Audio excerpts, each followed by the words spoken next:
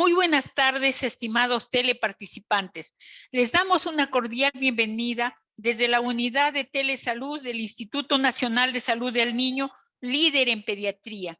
Continuando con nuestras telecapacitaciones programadas, el día de hoy tengo el agrado de presentarles a la doctora Silvia Alegre Manrique, especialista en cardiología pediátrica, con amplia experiencia en la labor asistencial, docente y de investigación. Actualmente está a cargo de la jefatura del Servicio de Cardiología Pediátrica en nuestra institución. Ella expondrá el tema, la radiografía de tórax y las cardiopatías congénitas. Queda con ustedes la doctora Silvia Alegre. Puede empezar, doctora. Gracias, Melba. ¿Me escuchan bien? Sí, perfecto, doctora. Se la escucha muy bien. Permítame compartir mi pantalla. Confírmeme, por favor, que se ve la pantalla. Sí, se está viendo. Inicie con... Sí. Está bien, doctora, se ve.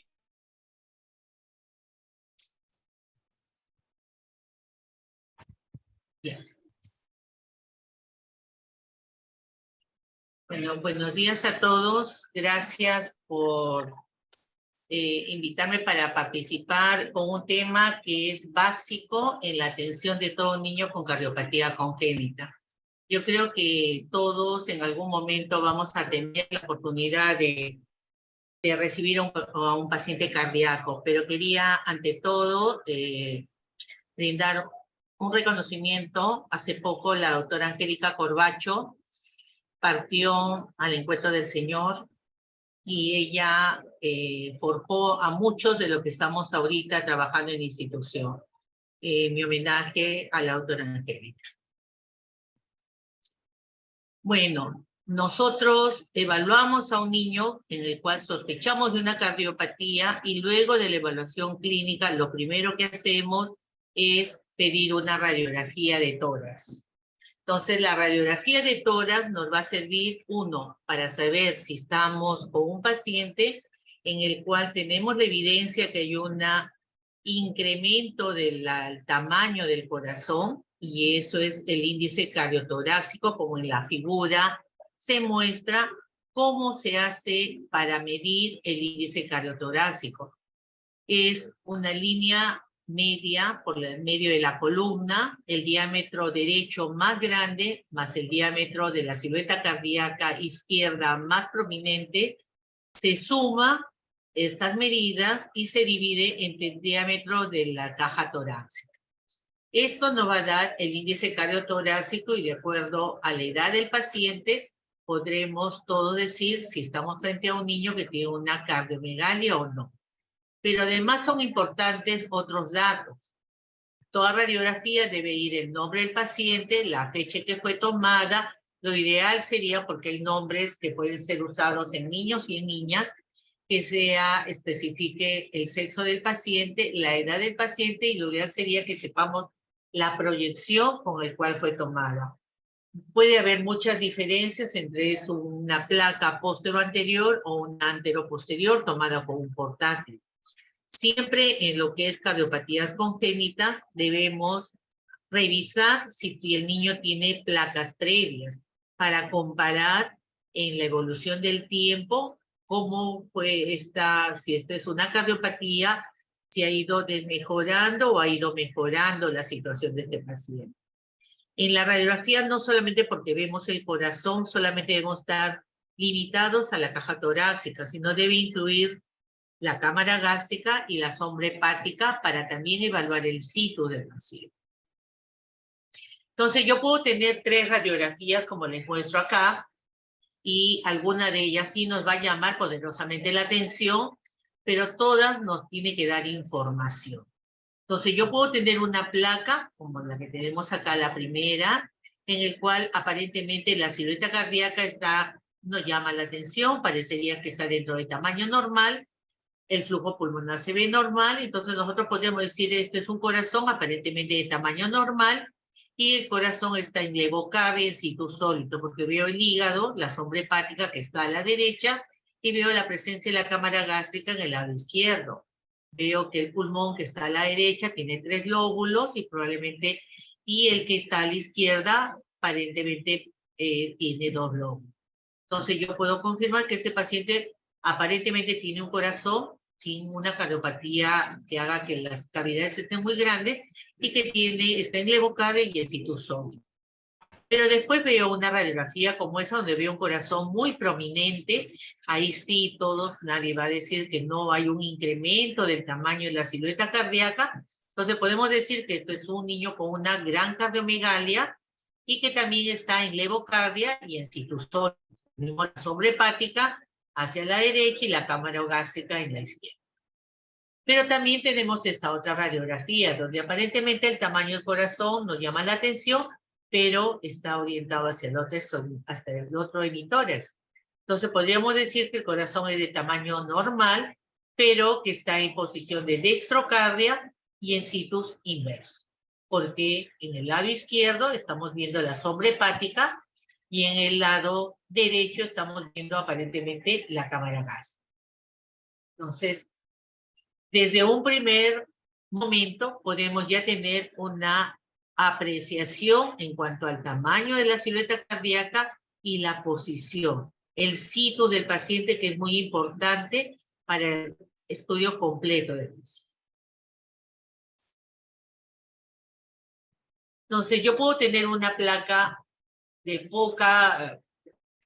una placa llamada blanda, muy poco penetrada, infraexpuesta a los rayos X, y que me va a dar aparentemente signos. Si yo no tengo mucha experiencia, puedo pensar de que, hay más flujo de lo normal en esta placa, o puedo tener una placa muy sobreexpuesta, muy dura, muy penetrada, o una placa que se le dice técnicamente muy quemada, donde aparentemente veo bien los relieves óseos, la silueta cardíaca casi se pierde y no veo casi flujo pulmonar. Entonces, si yo no me doy cuenta de estos pequeños detalles técnicos, yo podría decir, la primera radiografía es un paciente que tiene hiperflujo pulmonar y la segunda placa es una placa de un paciente que tiene hipoflujo pulmonar. Y ya estoy pensando que de repente este niño tiene una cardiopatía cianótica. Y los dos niños son niños que no tienen cardiopatía y solamente son un problema técnico al revelado de la placa.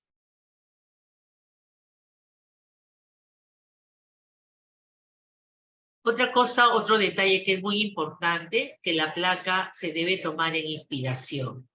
En un niño grande, en un adulto, es muy fácil decirle, toma el aire, aguanta, y el tecnólogo toma una placa muy bonita. Pero estamos con una población pediátrica, en el cual tiene que ver mucho la habilidad del tecnólogo para tomar una placa. Recordemos que una buena placa es una placa que está en inspiración, no en expiración, donde yo debo ver 6 a 7 arcos postales anteriores y 10 a 11 posteriores.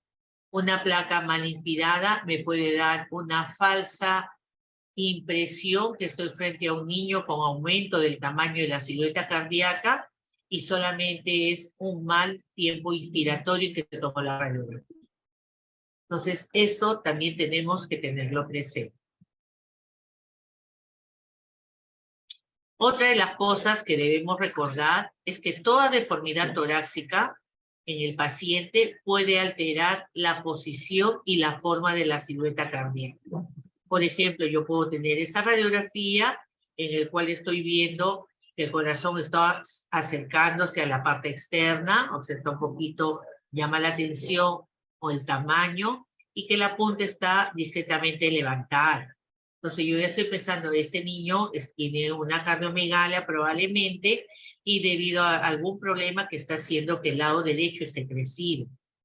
Entonces, pero si yo le tomo una lateral, voy a ver que este paciente corresponde a un paciente que tiene un pectus en quilla.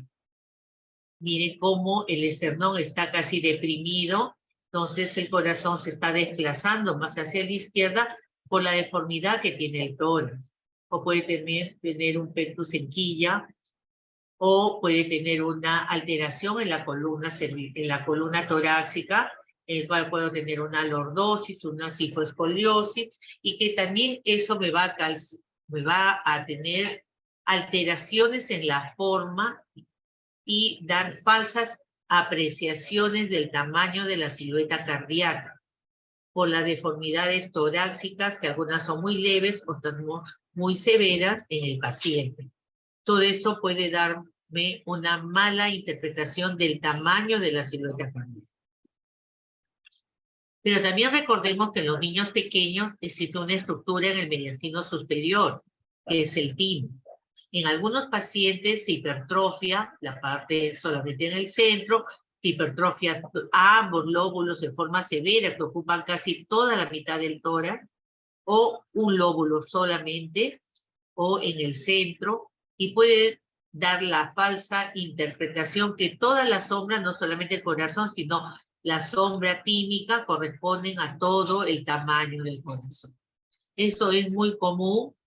A veces lo evalúa el pediatra, el médico especialista, el médico general, y al ver solamente la placa sin hacer la correlación clínica, le dice tiene que ser visto por un cardiólogo, y muchas veces no es nada más que el timo y el niño no tiene ninguna sintomatología.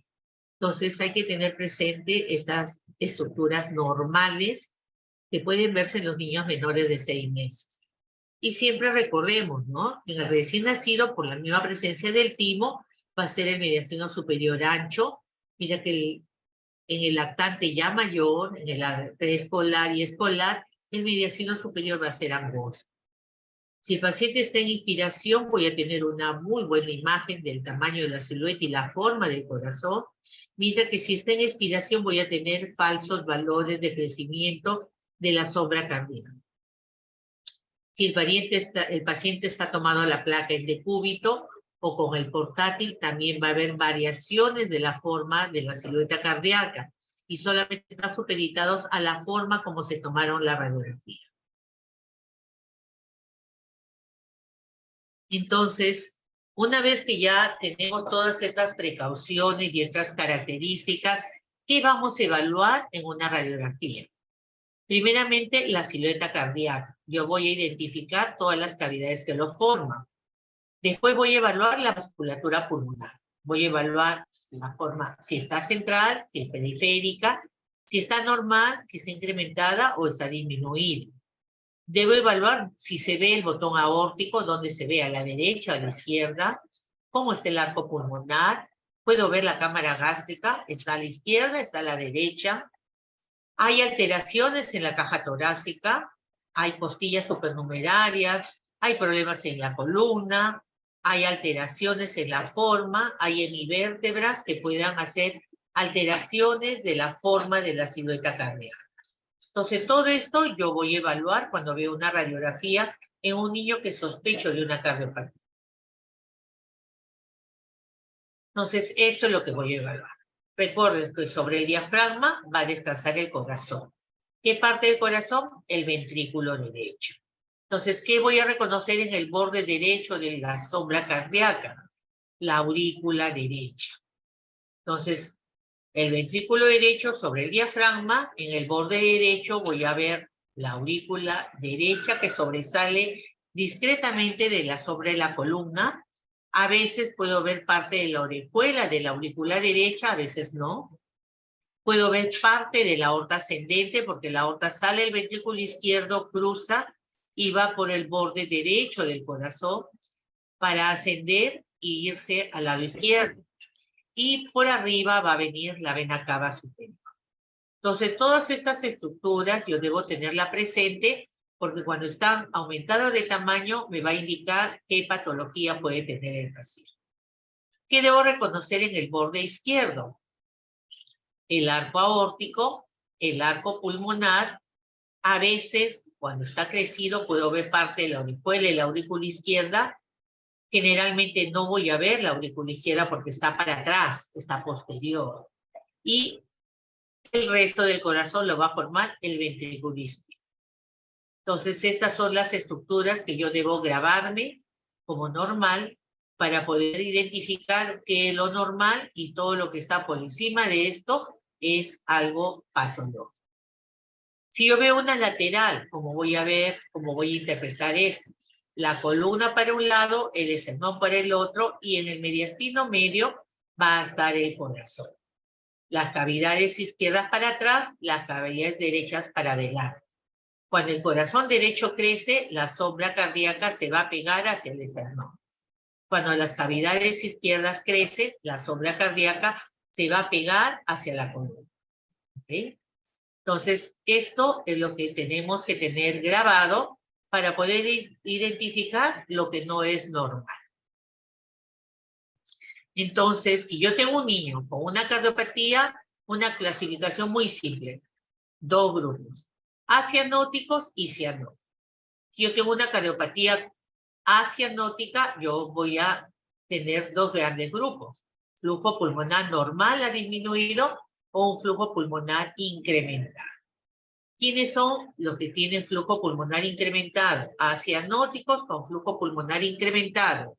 Las cardiopatías más comunes: comunicación interventricular, persistencia del conducto arterioso, comunicación interauricular, coartación aorta crítica del recién nacido, ventana aortopulmonar, entre otros. La de flujo pulmonar normal ha disminuido son estenosis pulmonar, estenosis aórtica, coartación de aorta dilatada. Entre las cardiopatías cianóticas con hiperflujo tenemos la transposición de grandes vasos, el drenaje venoso anómalo pulmonar total, la doble salida de ventrículo derecho, trompo arterioso común, ventrículo único, atresia tricuspidia sin estenosis pulmonar.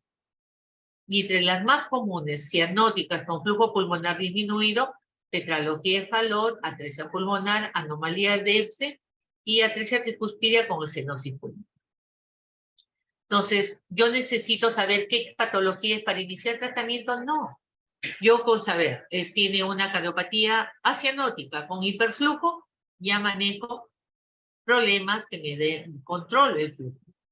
Una cianótica con hiperflujo, de igual manera, la manejo como un paciente que me va a hacer hiperflujo. O si es un cianótico con hipoflujo, los manejo también en este gran grupo. Y ya después con calma le pondré el nombre y apellido a la cardiopatía. Entonces veamos qué vemos en este tipo de problema. Acá tenemos una placa de una cardiopatía acianótica con hiperflujo, y acá tenemos una radiografía de un paciente con una cardiopatía cianótica con hipoflujo. Miren la diferencia. Por ver la radiografía yo me puedo dar cuenta en qué grupo estoy. En un paciente con hipoflujo, en un paciente con hiperflujo. Entonces, ¿qué vamos a ver cuando un niño tiene signos de insuficiencia cardíaca? Sabemos que la insuficiencia cardíaca tiene una clasificación y que tiene 4 estadios. Los estadios 1, asintomático, estadio 2 son síntomas muy leves, con ganancia de peso más o menos dentro del rango. Grado 3, los pacientes que ya tienen una cardiopatía que no ganan peso, que ya tienen signos de insuficiencia cardíaca, que pueden ser 3, se pueden compensar y manejar la ambulatoria, o los descompensados ya tienen que estar en área de hospitalización, igual que la insuficiencia cardíaca clase funcional 4, que tiene que estar netamente hospitalizada. Entonces veremos para qué nos sirve esto. Yo voy a ver generalmente en un paciente aumento de la silueta cardíaca, a tal punto que puedo tener un corazón que llega de un tórax a otro tórax, un corazón bovino.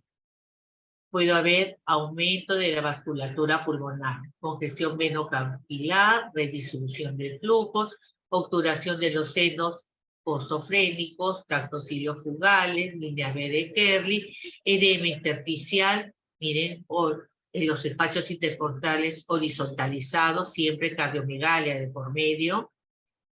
Aumento, redistribución de flujo, mayor flujo en los ápices, menor en las bases. El flujo va de los cilios para afuera, de los cilios para arriba.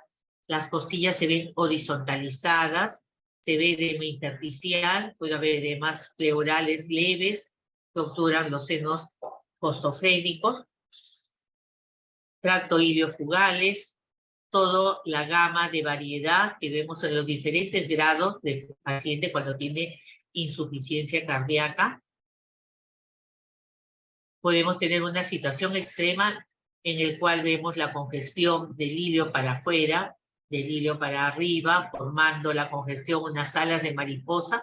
Esta es una placa típica de un edema agudo del pulmón. Y ya cuando la cardiopatía ha evolucionado tanto, vemos arco pulmonar prominente, silueta cardíaca aumentada, pero ya no vemos flujo. Toda la parte periférica y casi el tercio externo de ambos campos pulmonares está disminuido el flujo pulmonar. Entonces ya estos pacientes, y si con eso a la auscultación escuchamos el segundo ruido incrementado, lo más probable es que este paciente se nos está yendo a la hipertensión pulmonar. De repente ya se está yendo a un ICM. Entonces, eso tenemos que evitar. Entonces, recordemos que las cardiopatías comunes, las más frecuentes, el CIA, el CIB, la persistencia del conducto arterioso, entre las cianóticas a la cabeza, la tetralogía de Fallot, la transposición de grandes vasos. Entonces, son las cardiopatías más frecuentes en la población pediátrica. Pero si hablamos el debut en los primeros días de vida, vamos a ver que en la primera semana de vida, ¿quién debuta? La transposición de grandes vasos, la coartación de aorta crítica del recién nacido y el síndrome de corazón isquémico-hipoplásico. En segunda semana de vida, la coartación de aorta crítica, el CIB grande, el corazón isquémico-hipoplásico. Y después la segunda quincena de vida, el CIB grande, el Fallot, la etapa rosada y la coartación de aorta. Entonces, ¿qué voy a ver en las cardiopatías congénitas acianóticas que tienen hiperflujo pulmonar? Vamos a ver. La primera y más frecuente en la edad adulta es la comunicación interauricular. Es la que generalmente llegan los papás diciendo, cuando era chiquito, cuando era bebito, me dijeron que tenía un soplo, pero el niño ha crecido, ha ganado peso, ha hecho educación física en el colegio y aparentemente llega a la adolescencia y recién ahí le descubrimos que no era un soplito inocente, sino tenía una comunicación interauricular. Y muchas veces llega hasta la edad adulta. Y va a depender de la magnitud del defecto.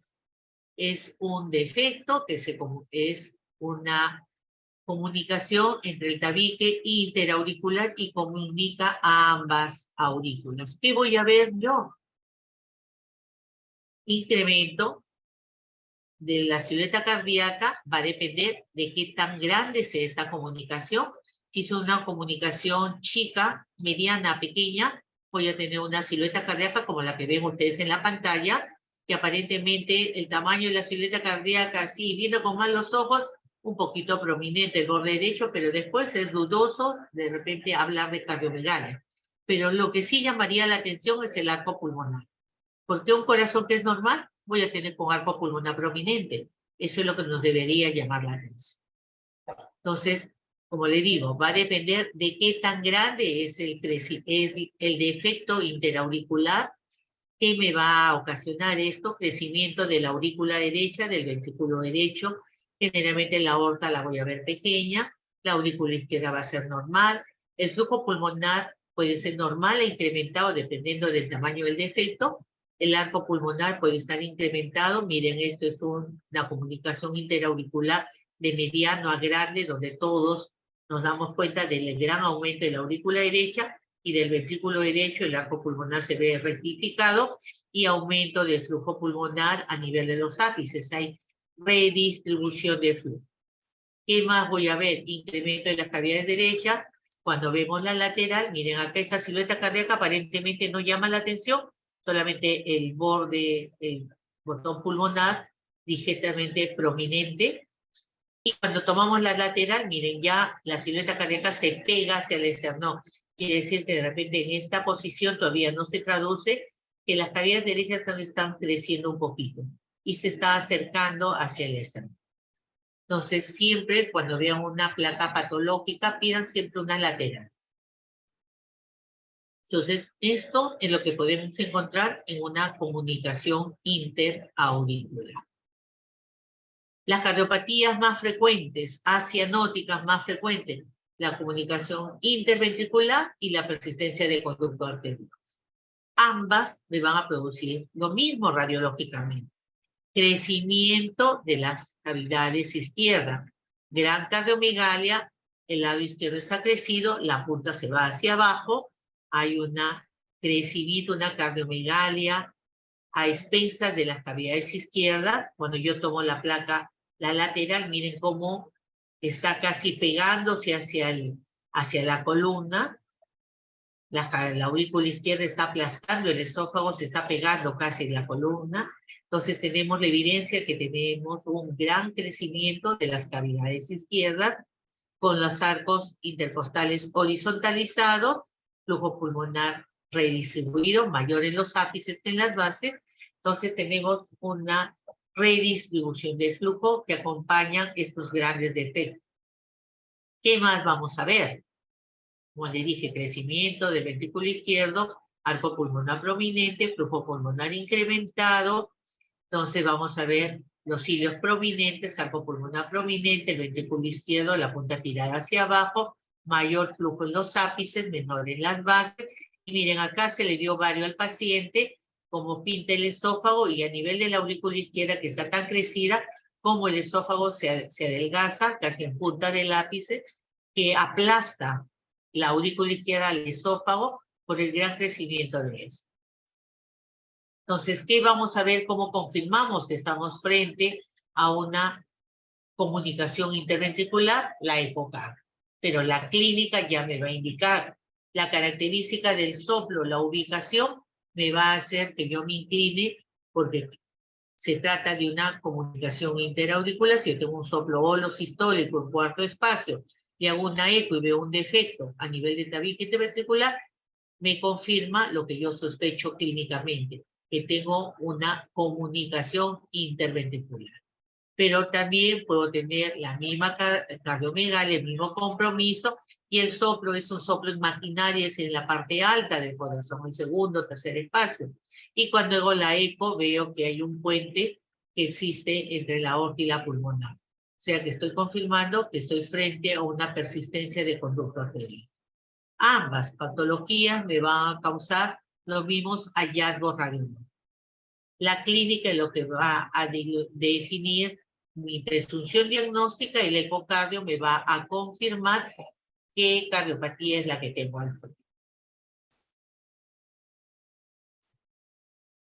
Si yo tengo un niño en el cual recién nacido se torna polineico, con signos de bajo gasto, pulso débil, pulso disminuido, en miembros inferiores, y debuta precozmente, primera semana de vida, con signos de insuficiencia cardíaca, le tomo una placa y veo esta cardiomegalia espantosa, con signos de hiperflujo, sin dudar a dudas, y no hay flujos o disminuidos los pulsos en miembros inferiores, coartación de aorta crítica del recién nacido hasta descartarlo por un. Pero si yo tengo un niño con lactante, 2, 3 meses, inicialmente estaba sintomático, que de repente llegó a la edad adulta, y de repente a los 15 años, 18 años, 20 años le diagnostico hipertensión arterial, y en la evolución le encuentro que tenía un problema congénito y que era la causa de la hipertensión arterial. O es un lactante menor que debuta con signos de insuficiencia cardíaca, y en la evolución, cuando llega la emergencia, le evidenciamos presión arteriales elevadas para su edad, por encima del percentil 95, y esto me tiene que hacer sospechar que estoy frente a una coartación de aorta de la placa.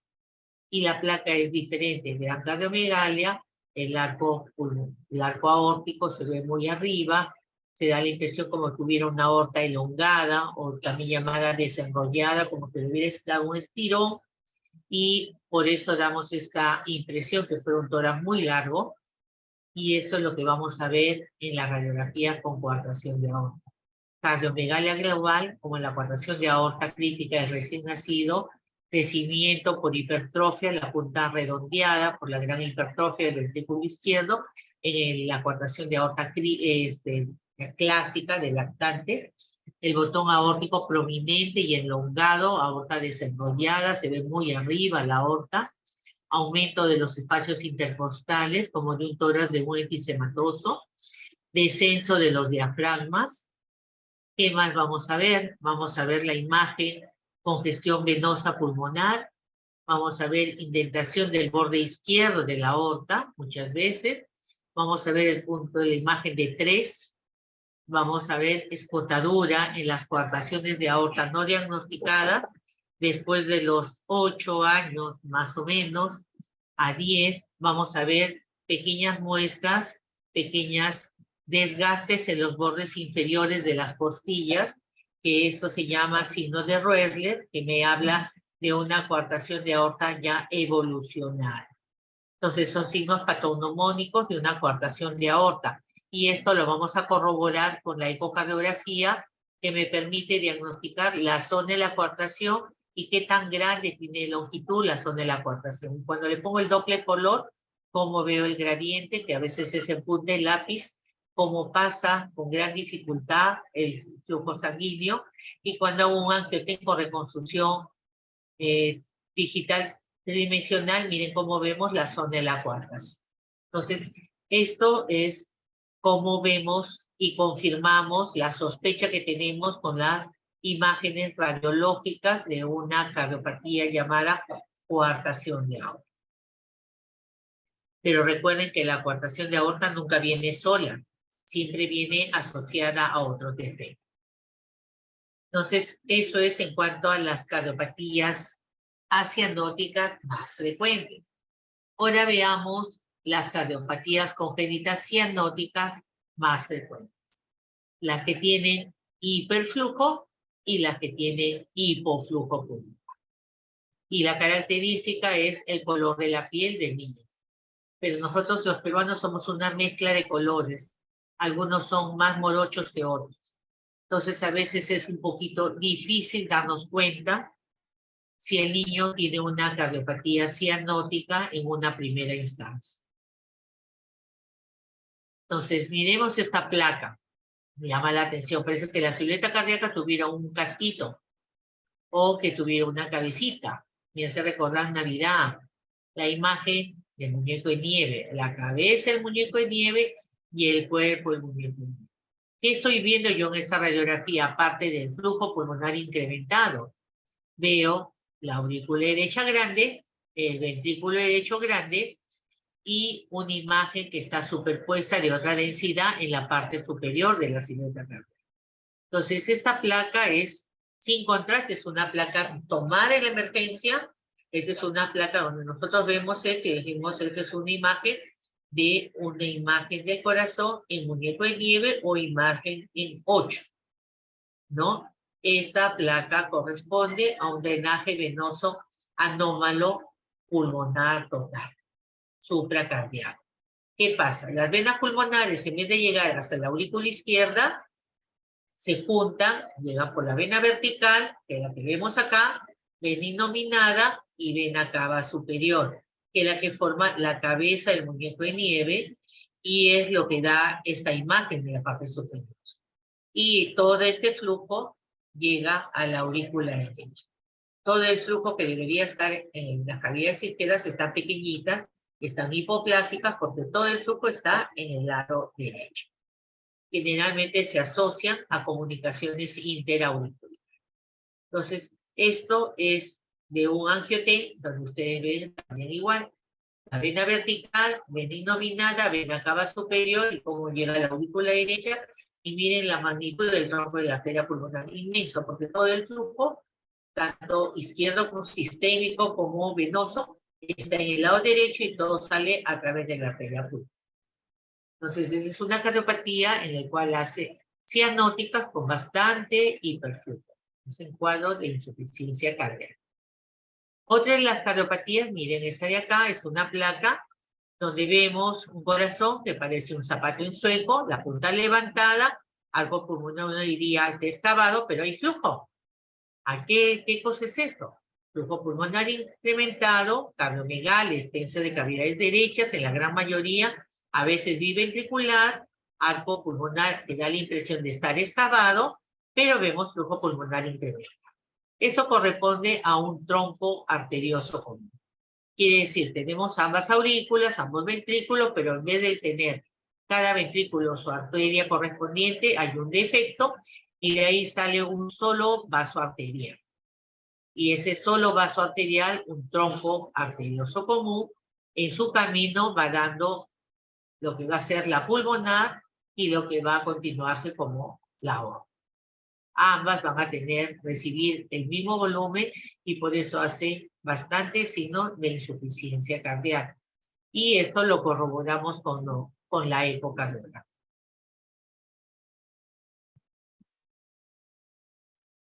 Otra de las cardiopatías que debutan precozmente y que esto es importante que todo médico conozca es la transposición de grandes arterias.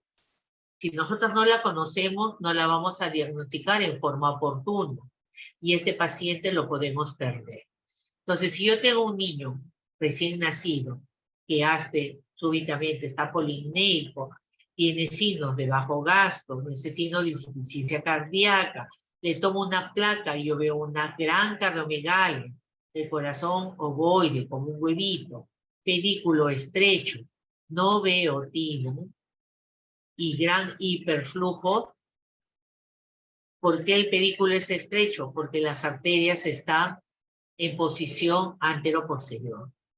Entonces, por eso que el pedículo se ve estrecho. No hay ausencia de timo, estos pacientes son inmunodeprimidos. Esto corresponde a una transposición de grandes arterias.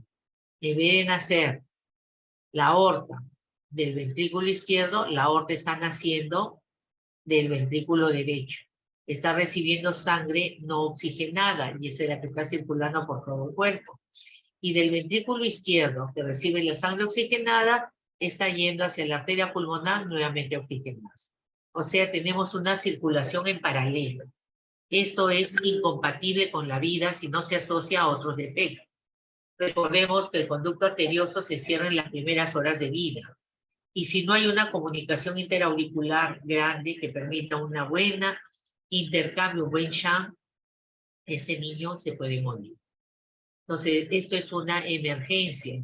Hay que referirlo rápidamente porque requiere si no tiene una comunicación interauricular, tenemos que creársela, tenemos que darle medicamentos para evitar que cierre el conducto hasta que podamos crear esa comunicación interauricular para permitir que este niño llegue a una cirugía y pueda sobrevivir. Entonces, por eso es importante que conozcan cuál es la radiografía típica de una transposición de grandes arterias. Otra de las cardiopatías frecuentes, cianóticas con hiperflujo frecuente, es la llamada doble salida del ventrículo derecho, donde vemos un corazón grande, gran cardiomegalia, el corazón en forma de huevito, ovoide. Acá la diferencia con la anterior patología es que el pedículo es ancho, el flujo pulmonar incrementado como las anteriores, y lo que pasa es que las dos arterias están saliendo, la gran mayoría, del lado derecho. La aorta está despropuesta más del 60% saliendo del ventrículo derecho. Entonces, esta cardiopatía se diagnostica y se sospecha y se corrobora el diagnóstico haciéndole una ecocardiografía, donde vamos a ver la magnitud de cómo están saliendo los pasos. Ahora nos vamos a las cardiopatías cianóticas con hipoflujo pulmonar. Tenemos el corazón de tamaño normal, en forma de zapato sueco, la punta levantada, porque el crecimiento del ventrículo derecho, el arco pulmonar está excavado y el flujo pulmonar está disminuido. En un gran porcentaje se asocia al callado aórtico hacia la derecha. Entonces, en la vista lateral se corrobora el crecimiento de las cavidades derechas. Y en la ecocardio podemos ver todos los defectos que acompañan y que dan el diagnóstico de tetralogía del Fallot. Entonces, los 4 defectos que describen al Fallot clásico. Y deberíamos ya a la hora que nace, saber que un niño viene con una cardiopatía porque esa cardiopatía se debe diagnosticar in útero. Y cada vez todavía a estas alturas todavía es una sorpresa para los padres decirle que tiene un niño con una cardiopatía cianótica. Cuando los papás ya deberían saber que su niño va a nacer con una cardiopatía de este tipo. nosotros vamos, si tenemos un recién nacido, buen peso, buen Apgar, en manejo conjunto y de repente en las primeras 24 horas se torna cianótico severo, le ponemos oxígeno y este niño no mejora, sigue hipoxémico, le tomamos una placa y vemos lo que vemos acá al frente. Miren, una gran cardiomegalia, la punta está levantada, parece un zapato sueco, pero estamos hablando de un recién nacido, arco pulmonar excavado, flujo pulmonar disminuido. Yo tengo que sospechar que estoy frente a una atresia pulmonar.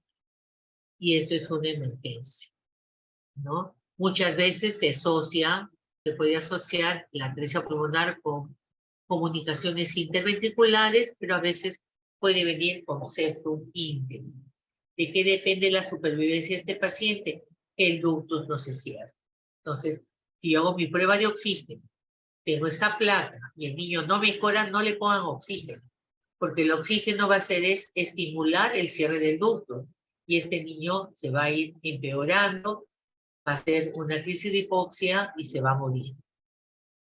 Entonces, otra de las cardiopatías cianóticas con hiperflujo es esta, donde vemos una gran cardiomegalia con gran crecimiento de la aurícula derecha que llega hasta el otro tórax, con flujo pulmonar severamente disminuido, y esto es una cardiopatía denominada anomalía de Epstein.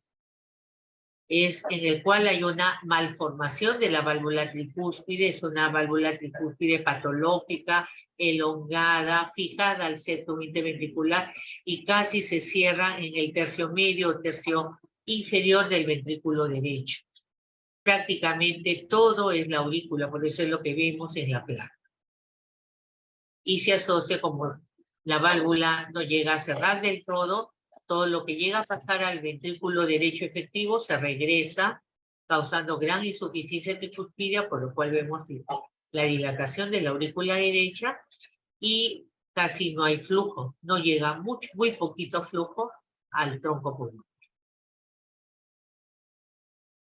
La ecocardio nos va a servir para corroborar la magnitud de la anomalía de Epstein.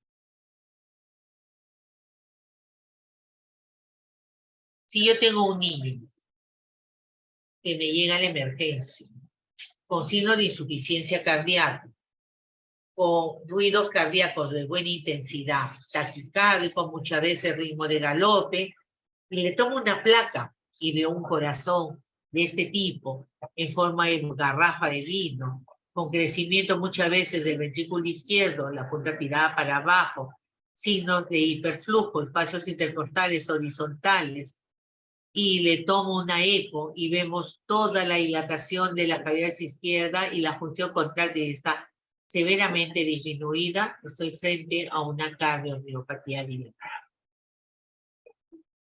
Pero puedo tener a un paciente con esta misma radiografía, en el cual tengo un niño que viene con signos de ICC, ruidos cardíacos de baja intensidad, hipotensión arterial, incurgitación yugular y pulso paradójico.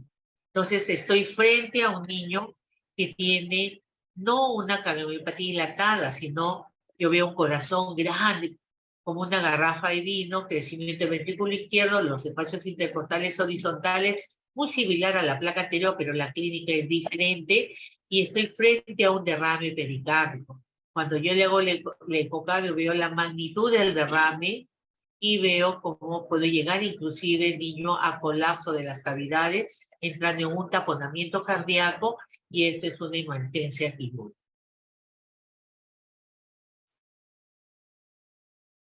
Pero también debo siempre observar, aunque el corazón se ve de tamaño normal, observar bien todas las estructuras, porque si ustedes hacen un poquito más, ponen un poquito más de atención, miren esta placa donde están las flechitas remarcadas. Ven un relieve que casi está de la misma consistencia de las costillas. Entonces, y la segunda tomografía, miren cómo se ve, como si el corazón tuviera un casco grueso, casi calcificado. Eso corresponde a una pericarditis congestiva. Este es el pericardio que ya se ha calcificado. Está generando un problema restrictivo en el paciente. Y ese paciente va a tener que ir a una cirugía para una decorticación. Pero en la placa simple de abdomen de tórax yo ya lo podía ver y lo podía sospechar. Y ya la tomografía va para confirmar el diagnóstico que yo ya lo estoy observando en la radiografía simple de tórax. Pero también tenemos otra variedad de cosas. Cada vez la cardiología ha avanzado mucho. Antes muchos niños con cardiopatía se morían en el camino. Ahora muchos de esos niños llegan adultos y llegan muchas veces sin cirugía con procedimientos percutáneos en el cual se solucionan los problemas. Y debemos saber reconocer, debemos saber observarlos. A veces los papás se olvidan los términos y para veces nosotros, lo que no estamos en el área, es un poquito difícil los términos de los procedimientos para los papás que no les es común, muchas veces ni saben, ni se acuerdan qué fue el procedimiento que se le hizo a su hijito. Entonces, esto es para hacerles recordar un poquito. Muchas veces puede llegar un paciente y le dice al médico de la emergencia, a mi hijito lo operaron del corazón. Y uno lo revisa y no tiene ningún corte en el tórax. Y uno, si ve acá, en esta primera placa, vemos acá un arito en la parte superior. Y si le tomamos una lateral, vemos el arito acá, en esta zona. ¿Esta zona qué corresponde? A la zona donde se ubica el ductus. Este es un dispositivo que está cerrando, que ha cerrado una persistencia de conducto arterioso. Y acá tenemos otro, en el cual se ve un puntito. Y vemos cómo con el cateterismo se cierra el dispositivo, se cierra el conducto y ya no pasa. Lo que antes pasaba el contraste, ahora después que colocaron el dispositivo, que es lo que se está viendo en la plaquita, como un puntito más, que podría uno decir, este es un artefacto del procedimiento del revelado de la radiografía, pero no, este es un dispositivo que está ocluyendo un conducto, es un amplax. Entonces debemos comenzar a hacernos familiar con estas estructuras. Cada vez van a haber más niñitos que se han podido cerrar estos defectos sin cirugía. Entonces, esto va a ser el día a día cuando ustedes controlen a sus pacientes. Otra de las cosas es que ustedes van a ver una radiografía donde se ve una mallita, miren acá, ¿no? A nivel de la aorta. ¿Y a qué corresponde eso? Y miren, en esta de acá se ve como una mallita mucho más extendida que esta. Esta todavía tiene una cinturita, pero ese está mucho más recto. Miren acá en la lateral, como está muy bien extendido. Este es un stent colocado en una coartación de aorta, que miren cómo era la aorta, cómo disminuyó el calibre y después tenemos la aorta distal después de la zona de la coartación. Este paciente se le pudo colocar un stent, se le dilató, pero quedó una cinturita. Este es otro caso en el cual se le colocó un stent y se dilató. Y miren cómo está recto, casi del tamaño, y no hay ninguna cinturita, ¿no? Entonces, estos son pacientes que han tenido coartaciones de aorta y que se ha podido colocar un dispositivo para que permita que ese niño desarrolle y vaya a ir a un procedimiento de repente reparador mucho más adelante, cuando ya haya terminado su desarrollo total. Entonces, es lo más adecuado.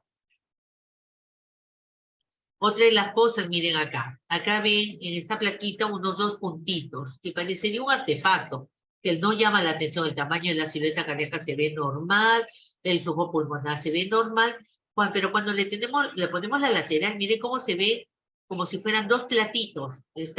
Cada platito está unido a esos puntitos que vemos acá. Este es un amplaxer cerrando un CIA. Entonces, esta niña tenía un CIA y le colocamos un amplaxer.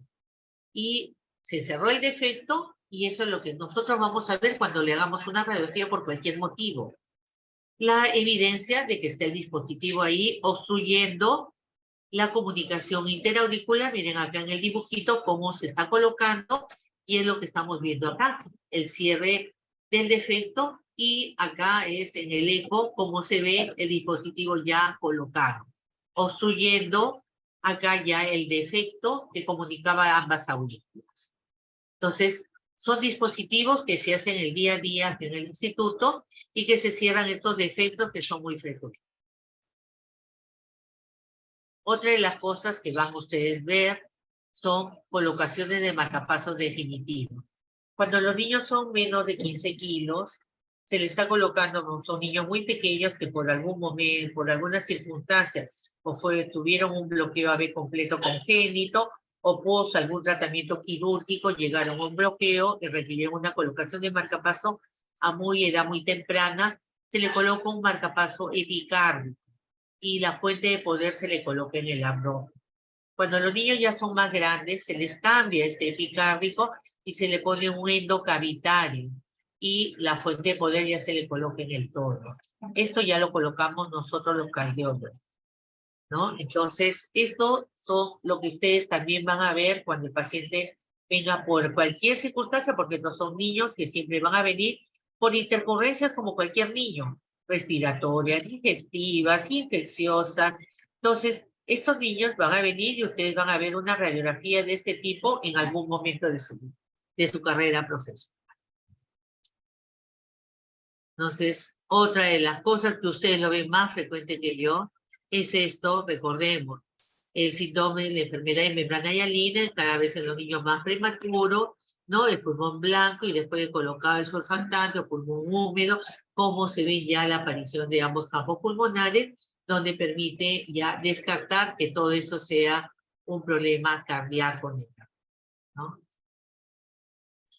Otra de las cosas muy frecuentes, yo tengo un niño donde veo una silueta cardíaca aparentemente normal, pero flujo pulmonar severamente disminuido.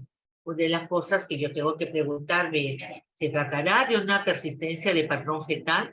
Donde generalmente voy a ver una silueta cardíaca muy pequeña o normal, una severa disminución del flujo, y con pequeñas cantidades de oxígeno, el paciente mejora la saturación. Esta es una etapa transición y que poco a poco va a ir superándose y esto va a ir pasando. Otra de las cosas que ven ustedes de repente con más frecuencia, pero a veces se asustan y piensan que todo esto es el corazón, es cuando ven esto, ¿no? Problemas de índole digestivo, que hay una hernia diafragmática donde vemos invasión de las arterias intestinales, generalmente en el hemitórax izquierdo, y que todo el corazón, todo está desplazado, el pulmón izquierdo cuando está o hipodesarrollado, está todo desplazado hacia la derecha. Y muchas veces no tiene cardiopatía, o la cardiopatía que tiene es una cosa muy pequeña o de muy poca repercusión hemodinámica, ¿no? Acá el problema es reparar el problema de la hernia diafragmática, ¿no? Que es lo que está. Cuando vemos esta imagen, una silueta cardíaca incrementada de tamaño y una imagen que parecería ser la aorta, pero vemos la densidad completamente diferente, esto es una imagen y viene asociado a dolor torácico. Esta es una imagen de un aneurisma de aorta, que es una emergencia quirúrgica. Cuando veamos una placa, no solamente porque es de pulmones, queremos descartar algo pulmonar o algo cardíaco, solamente nos dedicamos a ver solamente el pulmón y el corazón y no vemos nada más. Y lo que debería llamarnos la atención es por qué tengo aire en el hemidiafragma derecho. Entonces, estamos frente a seguramente un problema de ruptura de víscera hueca porque tengo un neumoperitoneo. O de repente un niño que le tomamos una placa después de un procedimiento, de repente de un cuadro respiratorio, y de repente vemos esta imagen, ¿no? Si es post-procedimiento, probablemente sea secundaria al procedimiento, entonces un neumopericardio. Miren cómo se ha separado con la presencia de aire en el pericardio, vemos cómo se han separado las dos hojas del pericardio.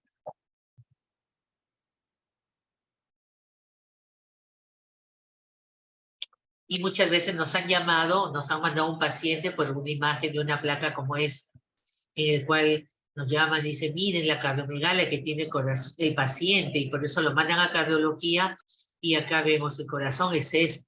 Esta es una imagen adicional al corazón.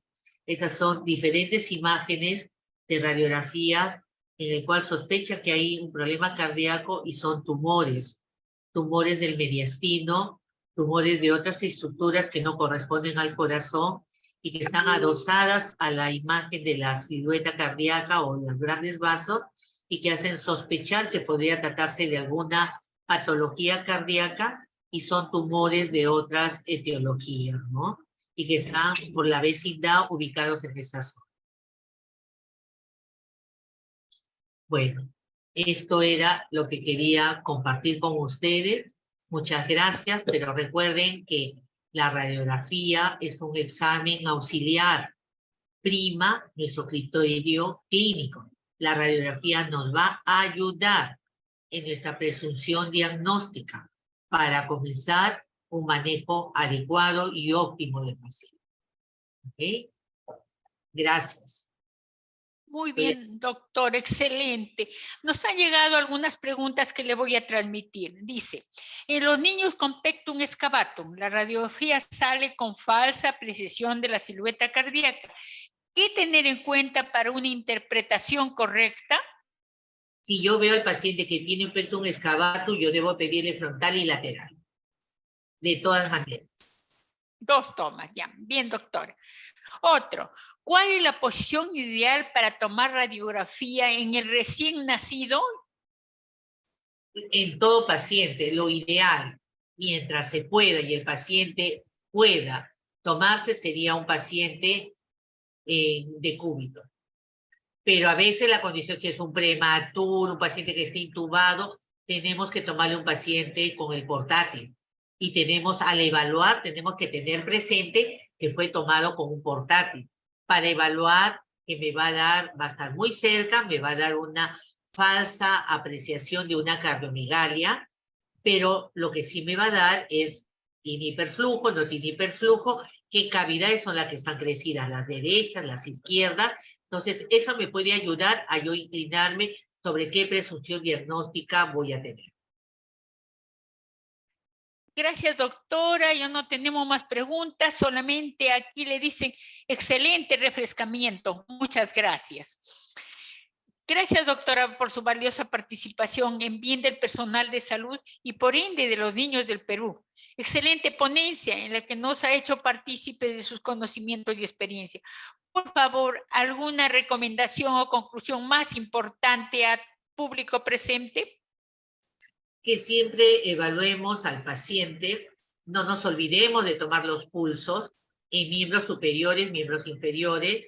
Todos ahorita, hasta el centro más chiquito tiene un saturómetro, midamos saturación en miembro superior y miembro inferior y poder tener si hay diferencias en salto oximétrico, diferencias de intensidad de pulsos, porque no puede ser que todavía tengamos coartaciones de aorta no diagnosticadas.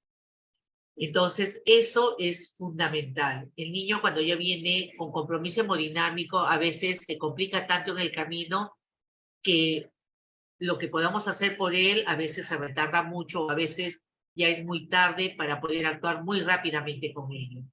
Entonces, y que una transposición de grandes vasos, revisemos siempre porque eso, la atrasia pulmonar y la transposición de grandes vasos son cardiopatías que hay que correr contra el tiempo. Entonces nosotros debemos familiarizarnos con esas cardiopatías porque esa es apenas la sospecho, lo tengo que derivar al paciente y poder darle una atención para que pueda sobrevivir ese paciente. Bien, gracias nuevamente, doctora, de la parte de la Unidad de Telesalud y todos los que han participado. Están muy contentos por las expresiones que transmiten. También agradecemos a los participantes y les recordamos que ese tema tan interesante queda colgado en la página web y canal de YouTube de Telesalud del Instituto Nacional de Salud del Niño, donde pueden revisarlo libremente. Muy buenas tardes a todos.